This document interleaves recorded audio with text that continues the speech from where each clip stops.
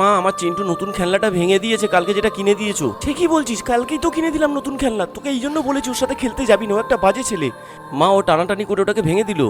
কোথায় গেল? ওকে দেখাচ্ছি মজা। কি রে তোর লজ্জা লাগে না? তোকে বলেছি না এত দামি খেলনায় হাত দিবি না, কত দাম জানিস? আন্টি ভুল করে ভেঙে গেছে, আমি ভাঙতে চাইনি। যা এবার তোর বাবাকে গিয়ে ডেকে নিয়ে আর গিয়ে বল এই নতুন খেলনা কিনে দিতে, তাহলে বেরিয়ে যায় এখান থেকে তুই। আরে কি হয়েছে, এত চিল্লামিল্লি কেন করছো? এই দেখো না নতুন খেলনাটা কালকে কিনে দিয়েছি, ওটা ভেঙে দিয়েছে বাবুর খেলনাটা। ওকে কতবার না করেছি আমি। আরে তুমি এইটুকু একটা খেলনার জন্য বাচ্চাটাকে এইভাবে বকছো? খেলতে গেছে ভেঙে গেছে, ভেঙে যেতেই পারে, তার জন্য তুমি এই একটা শিশুকে এইভাবে অপমান করছো?